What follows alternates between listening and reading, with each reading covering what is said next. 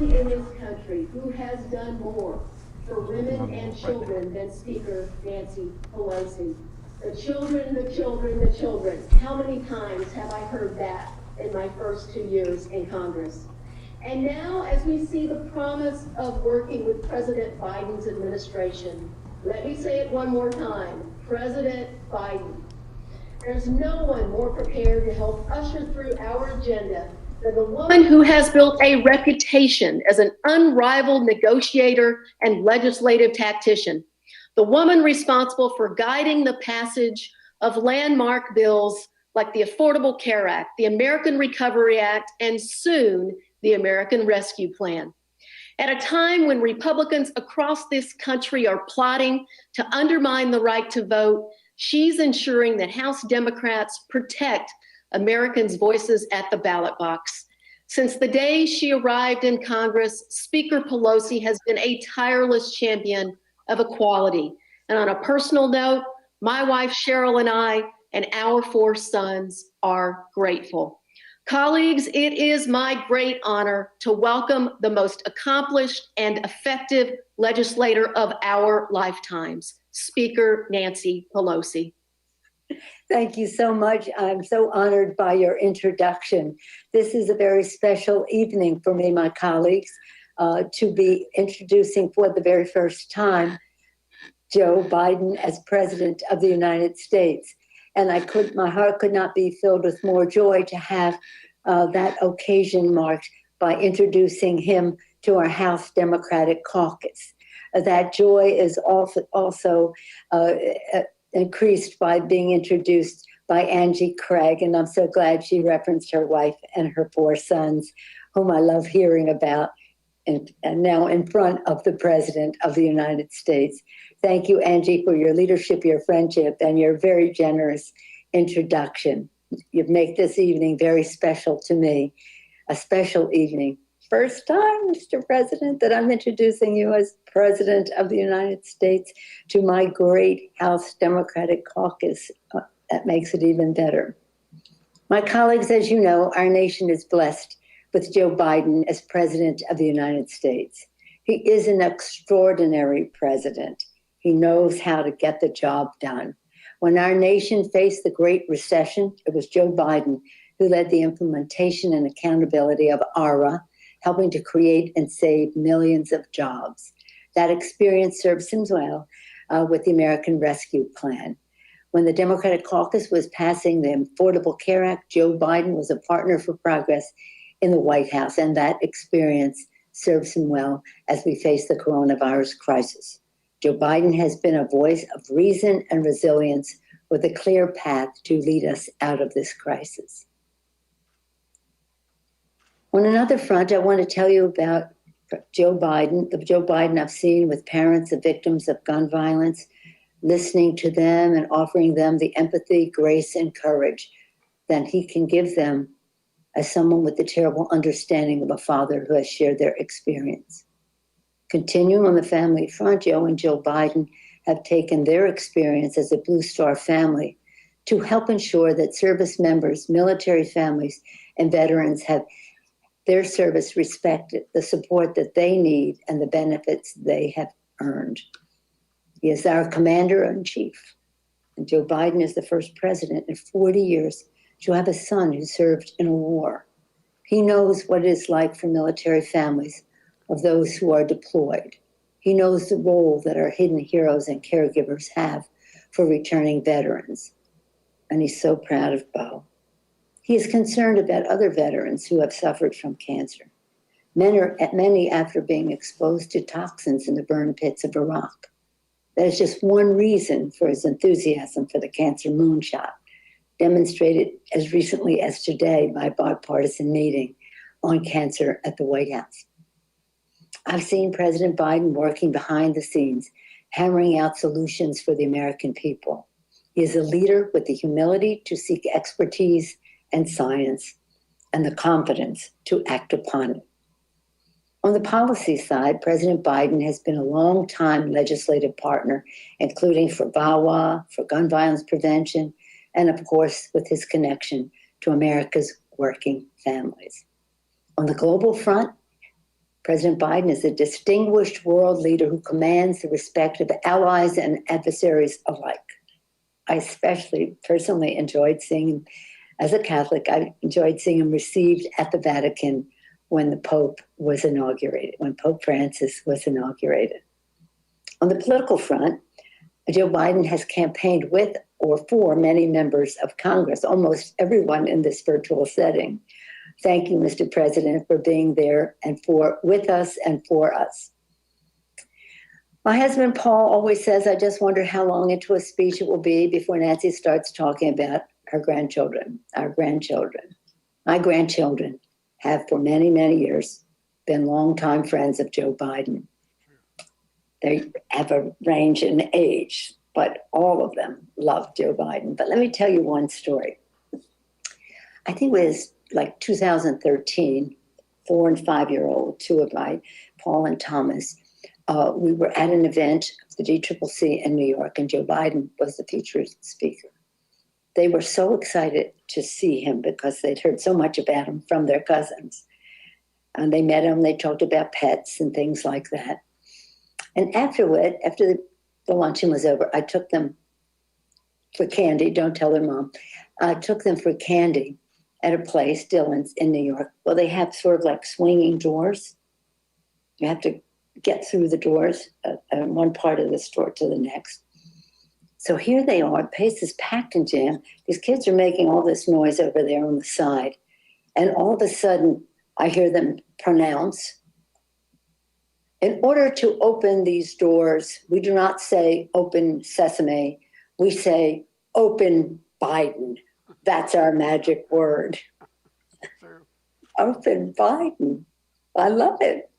Now more than ever, we need a battle-tested, forward-looking leader who will fight for the people, a president with the values, experience, and the strategic thinking to bring our nation together and to build a better, fairer world for our children.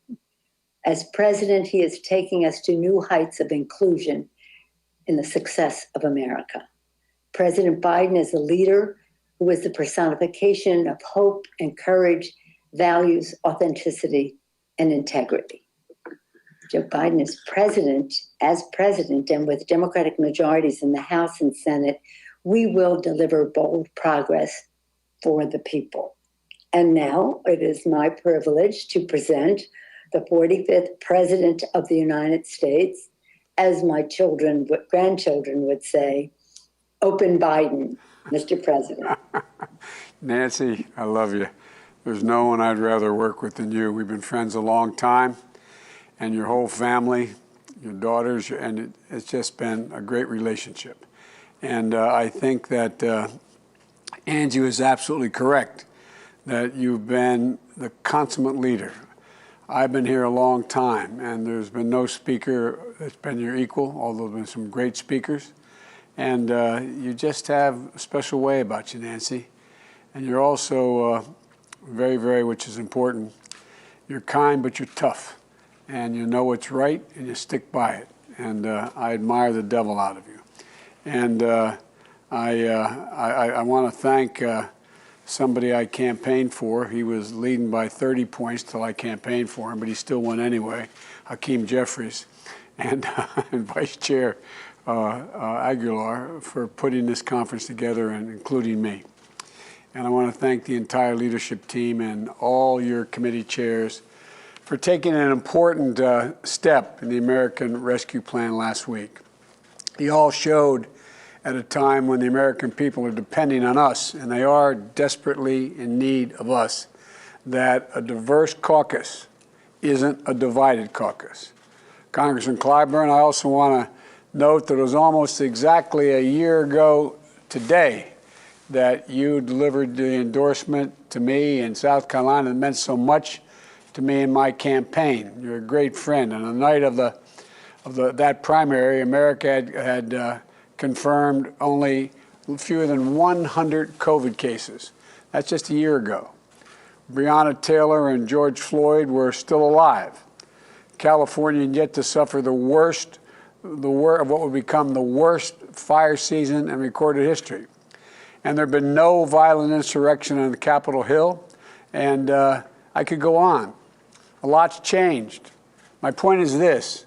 In the year that has passed, all the challenge I spoke about that night, jobs and the economy, affordable, accessible health care, climate change and the need to root out institutional racism, the need for unity and healing, have all become urgent, urgent, urgent, urgent, especially in light of the pandemic that has taken the lives of over, as of yesterday, 518,720, I believe it was, Americans. Fellow Americans have lost their lives, and more than 400,000 businesses, mostly small businesses, many minority businesses, have been shuttered. Cost of millions of jobs, 1.3 million public sector, education, nurses, cops, firefighters, essential workers have lost their jobs. So my message today is really simple. You, this caucus, have shown the American people the difference between democratic leadership and what we just had. Leadership makes a difference, and you're continuing to do so. For example, I know that this week you're working on the Protect Our Democracy reforms, as well as the George Floyd Justice and Policing Act, both of which I strongly support. And I know that the past couple of days you've had briefings and conversations on immigration, healthcare, foreign policy, climate crisis, and a lot more. And as you work on all of these, I urge you to continue to speak up and speak out about the American Rescue Plan. And here's why. You know, the confidence in the American government has been plummeting since the late 60s to what it is now. And many of you remember that in 2009, we expended a lot of political capital, Nancy and I and others, in the Recovery Act.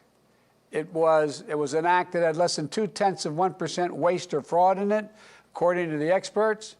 And the economists told us we literally saved America from the Depression.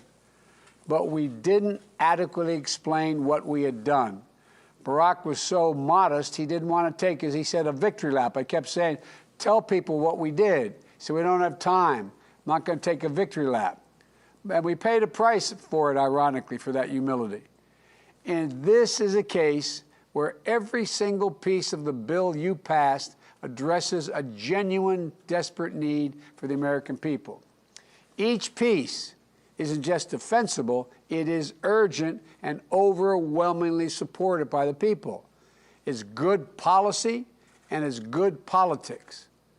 And I'm not sure we've ever seen something that is needed as badly as the American Rescue Plan that was as broadly popular.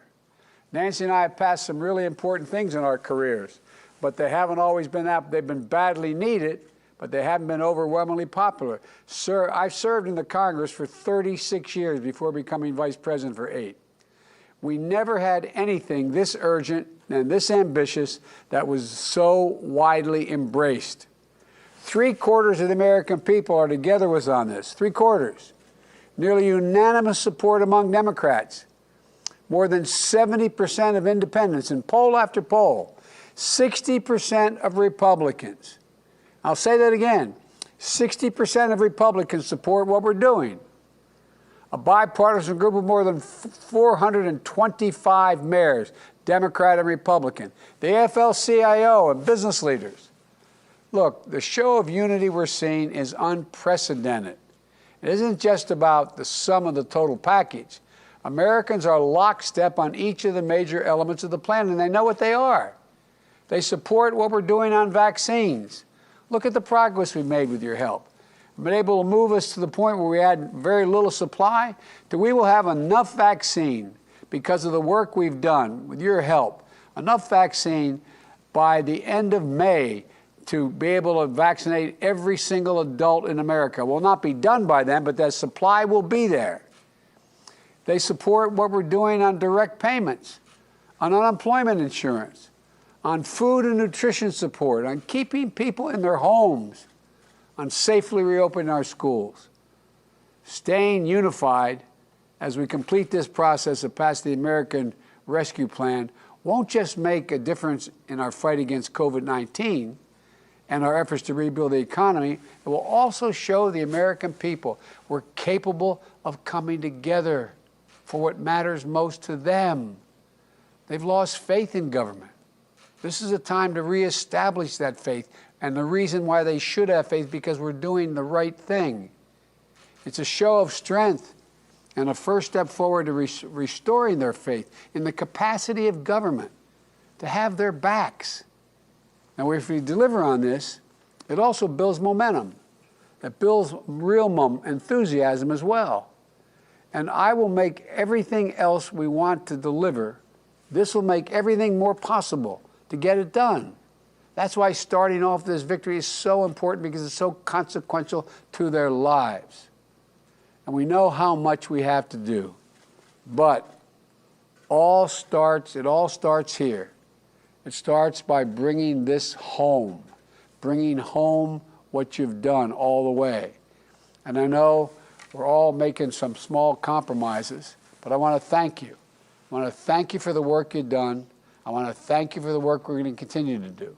I know parts of this and everything else we seek to do are not easy, but people are going to remember how we showed up in this moment, how we listened to them, not specialists, to them, and how we took action. I believe we're going to come through this, and I think that people's memories will be long.